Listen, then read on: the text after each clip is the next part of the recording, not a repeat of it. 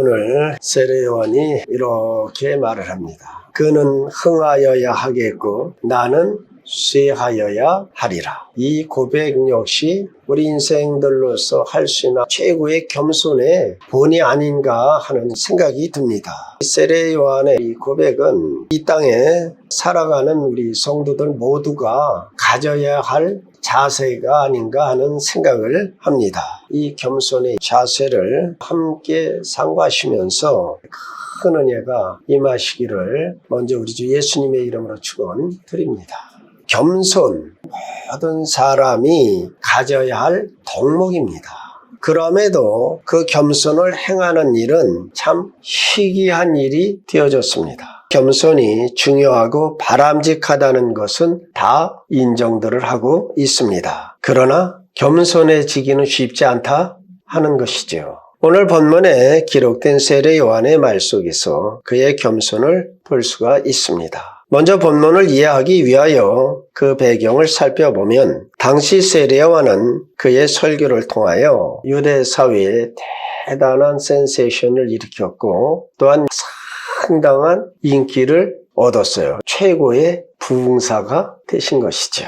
누가는 이 사건을 이렇게 전해줍니다. 하나님의 말씀이 빈들에서 사가랴의 아들 요한에게 임한지라. 요단강 부근 각처에서 와서 죄사함을 받는 회개의 세례를 받았다라고 증언합니다. 또한 마태복음 3장 5절에서는 예루살렘과 온 유대와 요단강 사방에서 다 그에게 나왔다라고 하십니다. 세례 요한의 명성은 갈릴리의 분봉왕 헤로데까지 알려지게 되었습니다. 헤롯은 요한을 초청하여 그의 설교를 듣기도 했습니다. 마가복음에 의하면 처음에는 헤롯이 세례 요한의 설교를 기쁘게 받고 그 결과로 많은 좋은 일을 했음을 미루어 수가 있습니다. 마가복음 6장 20절에 보면 헤롯이 요한을 의롭고 거룩한 사람으로 알고 두려워하여 보호하며 또 그의 말을 들을 때 크게 번민을 하면서도 달갑게 들음이더라. 그런데 불행하게도 헤롯이 일반적인 원칙들을 설교하는 것들만 즐겨 들었다. 여기에 문제가 있었던 것입니다. 우리는 여호와의 말씀을 다 그대로 받아야 됩니다.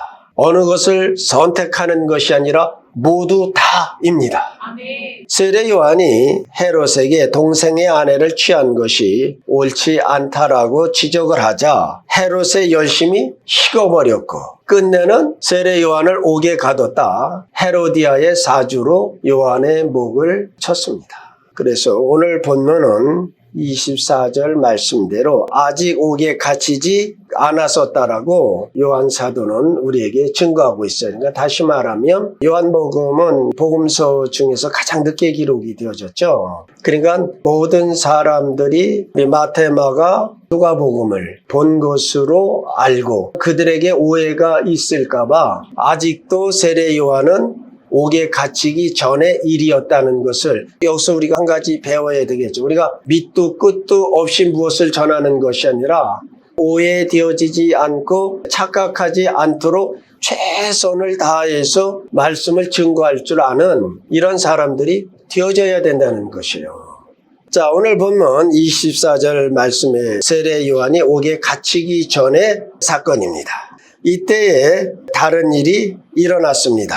예수님을 따르는 무리는 점점 더 그 수가 많아지고 심지어는 세례 요한을 열정적으로 따라다니던 무리들 중에서도 많은 사람이 예수님을 따르는 대로 나왔다는 것이죠. 이것을 다른 말로 하면 상대적으로 세례 요한을 따르는 무리는 점점 줄어들었다는 것이죠. 세례 요한의 제자들은 그 일로 말미암아 크게 걱정도 하였고 분도 냈던 것 같아요. 오늘 우리 인생들이 다 그래요. 나와 가까이 있는 분보다 다른 사람의 명성이 커지고 더 사람들로부터 인기를 얻는 것을 좋아하지 않는다는 것이에요. 예수 하나님 그분에게만 초점을 두시기를 바랍니다. 자, 그래서 그들이 세례 요한에게 가서 이렇게 말을 합니다. 랍비요, 선생님과 함께 요단강 저편에 있던 이 곧 선생님이 증언하시던 이가 세례를 베풀매 사람이 다 그에게로 가더이다. 자, 여기서 세례 요한의 제자들의 마음의 자세를 볼 수가 있어요. 여기서 보세요. 예수님 이름도 밝히질 않아요. 이 문맥과 이 말들을 보면 세례 요한의 제자들은 지금 굉장히 억울해하고 있다는 거예요. 아니, 그 예수라고 하는 그분도 우리 선생님에 나와서 세례를 받고 그러더니 사람들이 다 글로 가고 우리는 이제 조금만 남았다. 자, 세례 요한은 제자들이 어떤 뜻에서 말하는 것인지를 즉시 깨달아 알았죠. 그리고 그들에게 주는 답변이 그는 흥하여야 하겠고 나는 쇠하여야 하리라. 성령님에 의하여 주장받지 아니하면 이런 답 나오기가 쉽지 않다는 것이에요. 세례 요한은 자신의 명성이, 자신의 인기가 떨어지는 것을 염려하는 것이 아니라 예수님께서 사람들에게 명성을 얻고 인기가 올라가는 것을 즐거워하였다 하는 것입니다. 요한의 제자들에게 대답하여 준 말들은 다 중요합니다. 그 말들은 자신과 예수님의 사역에 관해 어떻게 생각하고 있는지 그 상태를 나타내주고 우리의 삶 속에서 이와 같은 겸손의 덕을 이루기 위해 필요한 요소가 무엇인지를 증언해주고 있습니다. 첫째로 요한은 27절에 만일 하늘에서 주신 바 아니면 사람이 아무것도 받을 수 없느니라고 했습니다. 요한의 이 말은 모든 일에 하나님의 주권을 인정하고 있음을 우리에게 보여주고 있습니다. 바로 이 자세가 요한으로 겸손케 하는 많은 요점들 가운데 첫 번째였다 하는 것입니다. 요한은 자신을 따르던 자들이나 그 위의 사람들이 예수님께 모이는 것을 하나님께서 예수님을 따르도록 그들을 주셨기 때문에 그런 일이 일어났다 하는 것을 인정하고 고백하고 있는 것입니다.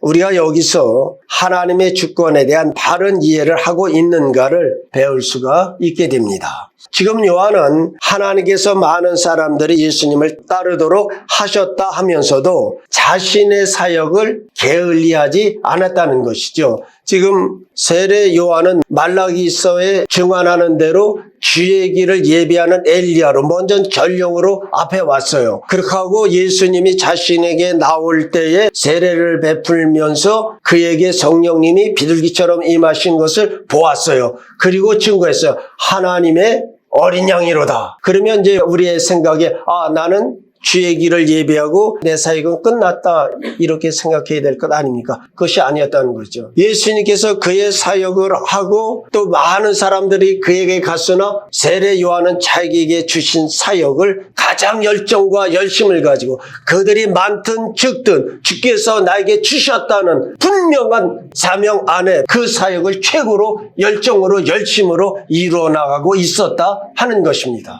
기독자들의 가장 큰 잘못이 하나님의 주권이가 저절로 이루어지는 줄 아니다 이것이에요.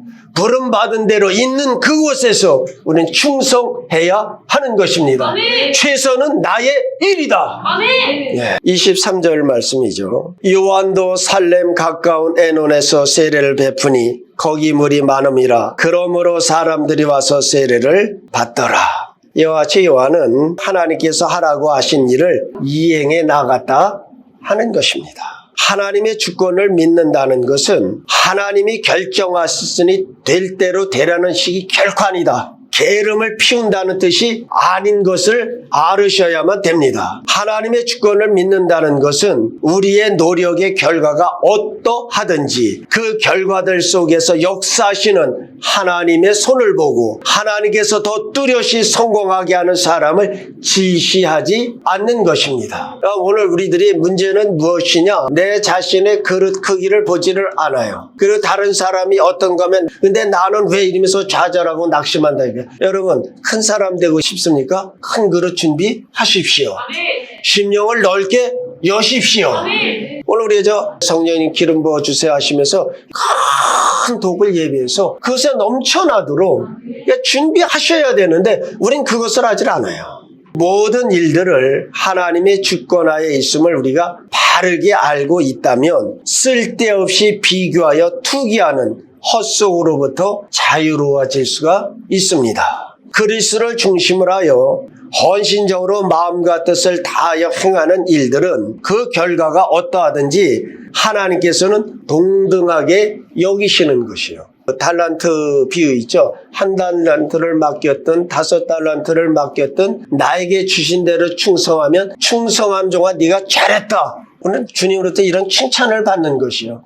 내가 10달란트를 받아놓고 1달란트만큼만 일을 하였다면 맡긴 것에 대한 책임을 져야 되는 것이요. 그러니까 내가 어떤 사람으로 어떤 것을 받았든지 나에게 할 것은 충성이다 하는 것이요. 최선을 다하는 것입니다.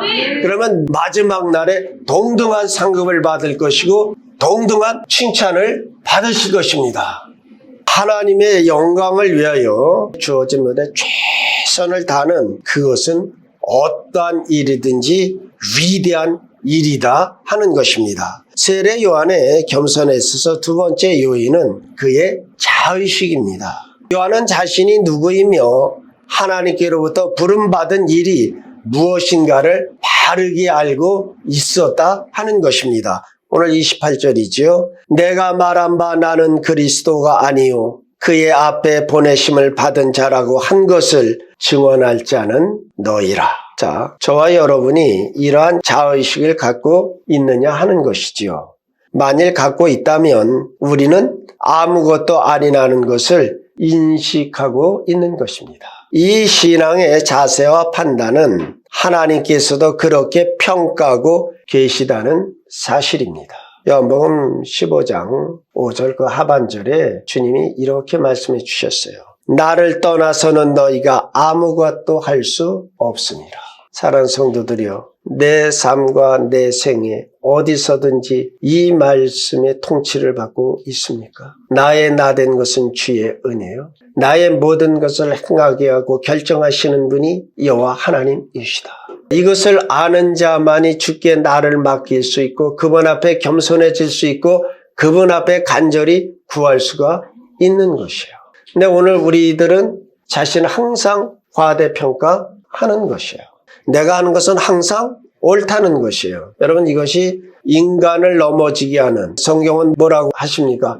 겸손은 존귀의 앞잡이요 교만은 넘어짐의 앞잡이다. 사랑하는 성도들이여, 주의 은혜 안에서 성령님 안에서 날마다 내 자신을 발견할 줄 알고 나의 나된 것은 주의 은혜요 주의 허락하심이 아니면 나는 아무것도 할 수 없다라고 고백하시면서 전능하신 그분을 구하시는 복된 성도들 되시기를 축복드립니다. 우리는 철저하게 주님을 의존하여야 합니다. 그러면서도 동시에 하나님으로부터 부름받은 우리의 일의 중요성을 인식해야 합니다. 절대적 하나님의 주권을 믿는 사람일수록 내가 할 일까지도 하나님께 맡기고 있다는 거예요. 여러분, 우리가 기도하지요. 하나님 나에게 공부를 잘하게, 하나님이 지혜와 명철을 주셨어요. 근데 내가 공부하지 아니하면 빵 되는 것이에요. 여러분, 내가 행해야 할 것을 기도로 대신하지 마십시오. 하나님 우리에게 부흥을 주세요. 간구하셨습니까? 전하십시오. 여러분, 고난의 때가 옵니다. 어려운 때가 와요. 주님 계속 말씀하셔요. 그러면 그날을 준비하고 예배하고 내 삶과 내 생을 지켜달라고 간구하시고 기도하시며 예비하셔야 되는 것입니다. 사도행전 쪽에서 오순절에 엄청난 성령님이 임하셨지 않습니까? 그래서 유무상통했어요. 있는 자들이 재산을 팔고 가난한 자를 돕고. 근데 문제는 무엇이다? 바로 예루살렘에 기근이 들고 어려움이 들어지니까 자, 있을 때 우리가 다 썼어요. 그러니까 그 기근 때 못해요? 가진 게 없는 거예요. 여러분, 이렇게 하지 마십시오. 준비하십시오. 예비하십시오. 반드시 어려운 고난의 때가 옵니다. 멀지 않은 것이에요. 그러니까 어떻게 기도하셔야 돼요. 여러분, 내 삶과 내 생을 아름답게 해주세요. 하나님 고난의 때 우리가 지낼 수 있는 요셉과 같은 지혜를 갖게 해주세요. 예배하는 사람이 되게 해서 그때도 축복의 통로로 사용될 수 있도록 나에게 여유를 주십시오. 이렇게 기도하시고 준비하십시오. 아무것도 가진 것이 축복의 통로는 될 수가 없는 것이에요. 하나님이 7년에 풍년을 주셨습니까? 7년에 흉년도 온다는 것이에요. 있을 때 준비하는 겁니다. 아멘. 이것이 아버지께서 우리에게 주신 지혜인 것이에요. 아멘.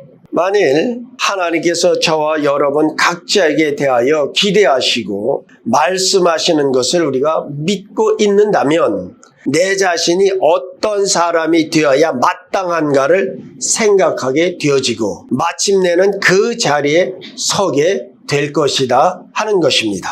이와 같이 우리 각자에게 하나님께서 어떤 소명을 주셨든지 간에 바르게 그것을 인식하고 깨닫고 있는 자의식이 이렇게 중요하다 하는 것입니다. 요한의 겸손에 있어서 우리가 배워야 할 세 번째 요인은 그는 언제나 그리스도께 자신의 시선을 고정시켰다 하는 것입니다.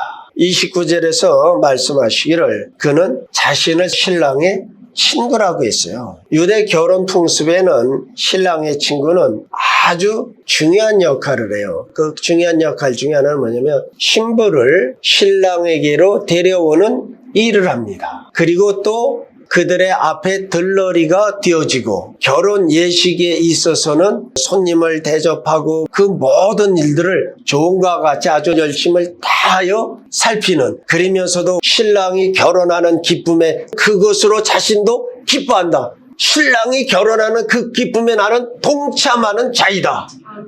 창조주 하나님의 일에 내가 부름받고 그 길에 쓰임받는다는 오늘 세례 요한과 같은 이러한 기쁨과 감사와 자식을 가졌냐 하는 것입니다. 이것은 주의 중심으로 사는 사람, 주님께 시선을 고정한 사람에게만 오는 기쁨인 것이요. 신앙생활에 있어 우리는 언제나 교만에 빠질 성이 큽니다. 왜냐하면 언제나 우리 인간은 나만 못한 사람과 비교하는 거예요. 그러면서 나는 누구보다는 월등히 잘해. 우리 인생들이 가진 연약함이에요. 그러하니까 벗어나자는 말씀을 드리는 겁니다.